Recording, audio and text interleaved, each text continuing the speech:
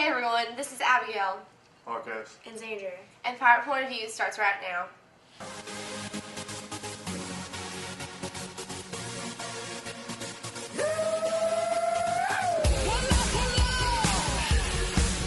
Welcome back to Pirate Point of View. To start us off today, here's Marcus with the latest on our winter sports.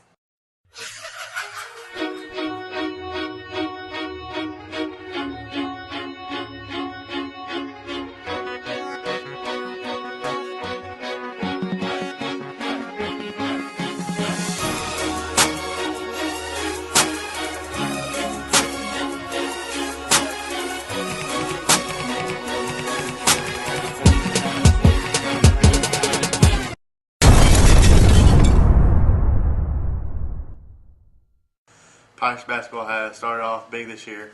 The varsity boys have a record of 6-8. They received second place in the Christmas tournament hosted here at Winfield. The varsity girls have a record of 12-3. They won first place in the WAC tournament during Christmas break. Varsity players Chalice Garrison had 40 points to help the girls bring home their victory over Vernon earlier this season. Great job, Pirate basketball. Keep up the good work.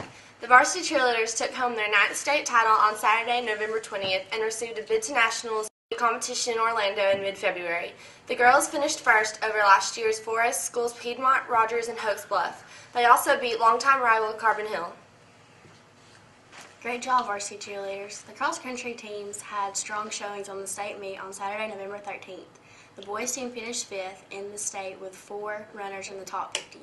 The girls' team finished 7th, with 2 girls finishing in the top 50. Emma Kate Holdbrooks set a new school record with a time of 20:48. Congratulations, cross country. Recently, Pirate Studio took a trip to ABC 3340 to hopefully learn more about a newscast. This is our newscast. It's kind of dead right now because people are out shooting stories and some people are just gone to lunch. But we have producers and we have an assignment desk, and all the reporters have their own desk. We have a system called ENUS. We go to that to look at stories that are going on around Alabama, and sometimes we follow up on some of those stories. The main hub of the newsroom is the assignment desk. It's one of our reporters, Bryant. Would you mind standing up and telling a little bit about? Because I really want them to think about going into this. You know, it's not for family. It's it can be very rewarding. Certain stories you do, nobody gets to tell these kind of stories, and you basically get paid to tell stories, which is awesome. But on the other hand, you don't. At least when you start out, you don't first have a family life. I got married in September. I have yet to spend a weekend with my wife, but it goes along with the territory. It is a very rewarding job. People you get to meet. It's the only job where you get to talk to presidential candidates one day and then, a double murderer the next day. But very rewarding. Very rewarding. You have to want to do it, for sure. How do you get a story from someone? Like if you go out there and their child's missing, how do you ask them about it? Because they don't want to talk to you. A lot of times people don't want to talk to you. Family members of missing people, murdered individuals, a lot of times people never want to talk to you. You have to find other ways to do that story. Maybe a friend of that family, depending on who the person was. Like if it's a child that's missing, maybe you go to that person's school, try to talk to principals and fellow classmates, what have you. So there's a lot of times you have to try to go around the story without actually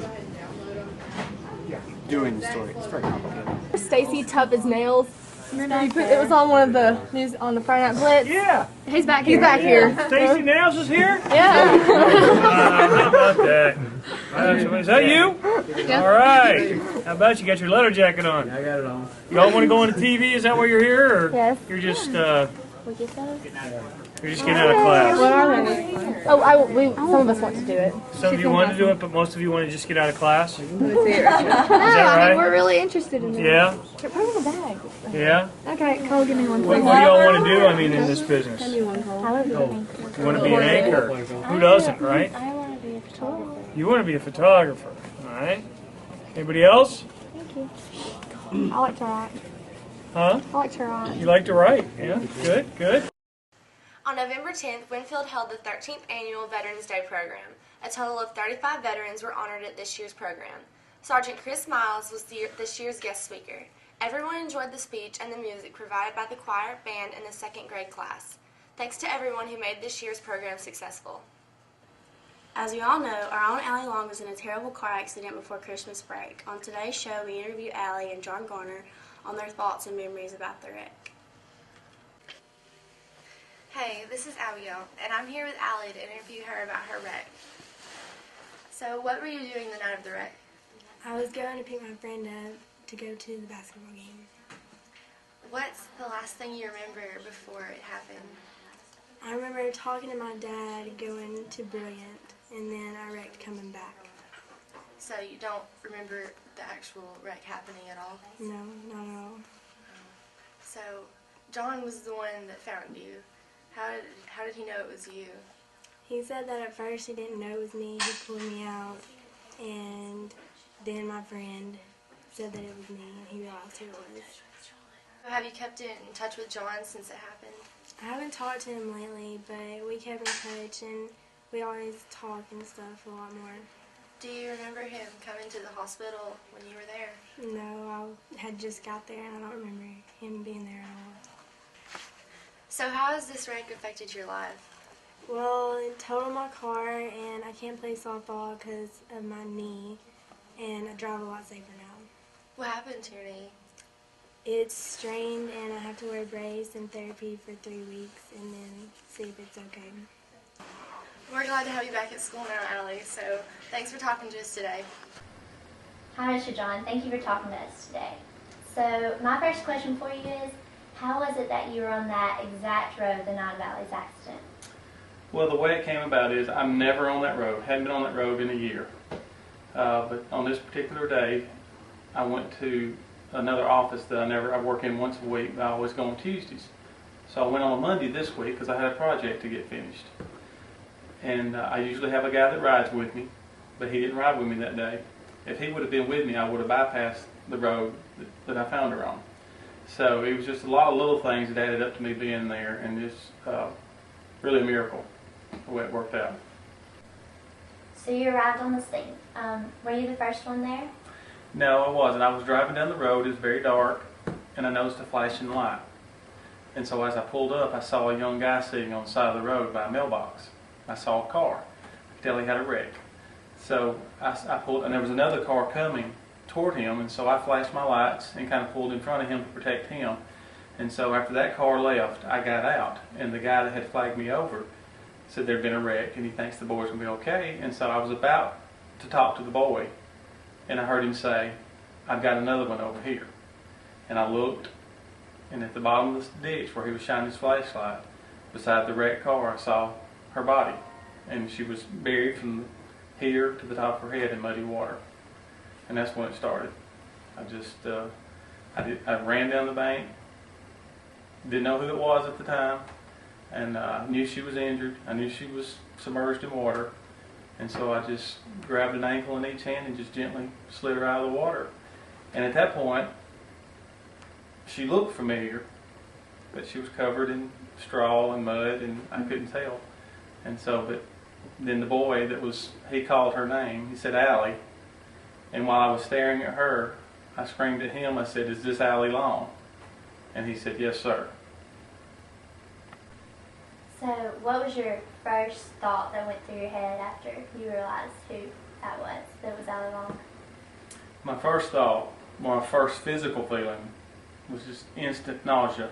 When I realized it was a friend's baby, I got sick. But then, something had to be done, so that lasted just for a little bit. And I immediately thought, just God help me. And I started doing CPR at that point. But it was tough because what was going through my mind is, how am I going to tell her parents that I was here but couldn't save her? There was no words to describe that feeling. So the paramedics arrived and you got her loaded in the ambulance. And when they took her away in the ambulance and you got back in your truck, what was going through your mind? a lot. And it really started after we got her on the stretcher. I remember backing away when they took over and just remember my knees were like noodles and my heart was racing. And then I remember they got her in the ambulance and she was screaming, which sounded great to me. But I remember finally when the ambulance left, I got in my truck to go back to town. So many thoughts were running through my mind. At that point, I had no idea how long she had been submerged underwater. And so the only thing I could think of was, would she have long-term effects from this? Would she ever be the same? And then the other questions started coming up, why was I there? Why was it me? If I wouldn't have been here, would somebody else have been there to help her? Those were a lot of questions that I couldn't answer, and the only thing I couldn't get out of my mind was the picture of her face when I pulled her out of the water, because she had no color and no life to her body, and so that was really sticking in my mind. But later on that night, I got to see her in ICU. I mean, she was hooked up to a lot of machines and stuff, but that helped the initial shock of what I saw earlier that night. And it took about probably a good week for a lot of those questions to keep running through my mind, what ifs. But those finally went away, and especially when I got to see her later, not hooked up to the machines and breathing on her own and saw smiles, that's when things changed for me, for the best. Now that Allie's fine and you've gotten to see her and you've had time to think about all of this that's happened, what will you take away from the whole experience? The main thing is that what I've learned is just how precious life is and how things can change in an instant. God put me there for a reason. God saved her for a reason. At this point, I think it's up to her and myself to find out what our purpose is. I mean, there's a reason for everything, and so I got to see her a couple of nights before Christmas. She came here, and to see her walking around and recovered was a great Christmas. I know they had a great Christmas too. Well, thank you for taking time out to talk to us, Mr. John. I enjoyed it. Thank you for coming. Okay, guys, now back to you to finish up. Miss Holdbrooks' 6th grade class had their 4th annual Living Wax Museum this year. The money received goes toward a field trip in Montgomery in April. The Wax Museum allows the parents, friends, and relatives and the community a chance to visit the middle school and see the positive things they are doing. The museum was very successful this year, and we can't wait to see more from the middle school. This has been Abigail, Zandria, and Marcos for Pirate Point of View. Thanks for watching.